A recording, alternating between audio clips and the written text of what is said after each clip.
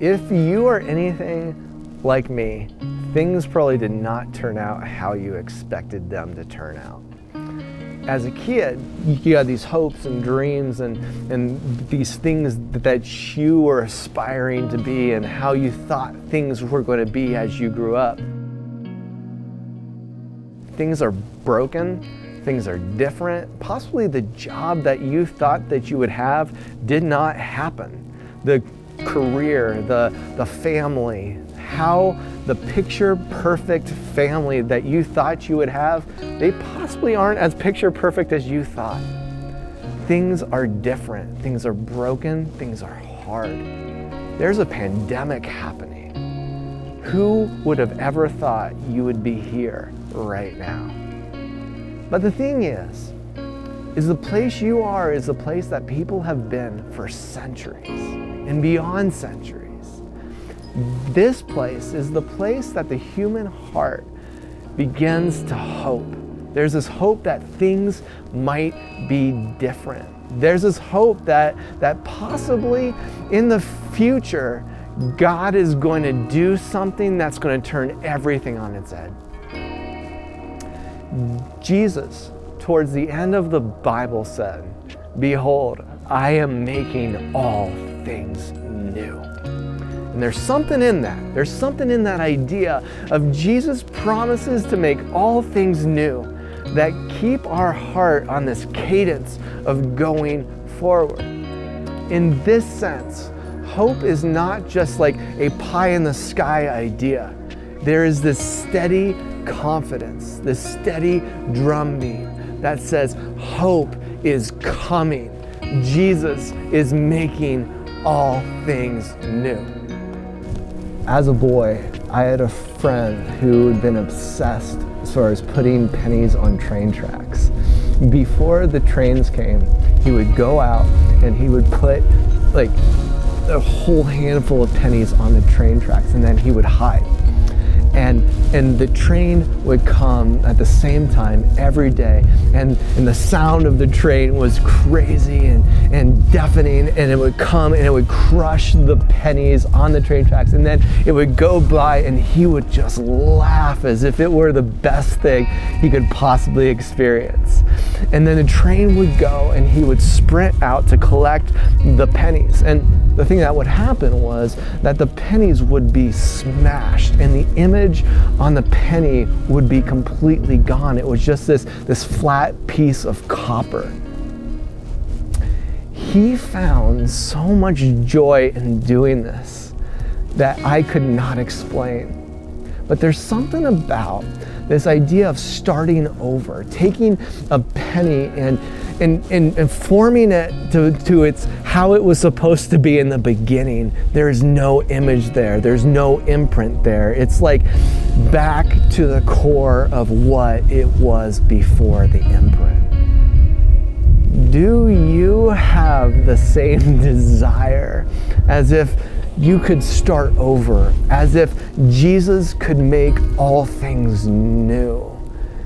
Is there a train coming? Is there this excitement of what would happen if you had the opportunity to change everything? Is this what Jesus is talking about in his promise of, "Behold, I am coming to make all things new"? What would that mean for you? During the birth of Jesus, it's said that there were these three guys from the east who followed a star to find Jesus the Messiah. Now, scholars believe that these people came from Persia, and the Persians were all about astronomy. And it goes to say that they hadn't been surprised by the star, but they were actually expecting the star. They were expecting the star because of a prophecy by the prophet Daniel, who actually existed 600 years before the birth of Jesus, and he had been in exile. During his time in exile, he prophesied about the coming of Christ. The Persians then built this idea along the truth that there will be a star in the sky during the birth of Christ, 6 centuries before Jesus was born. They were expecting to find a star.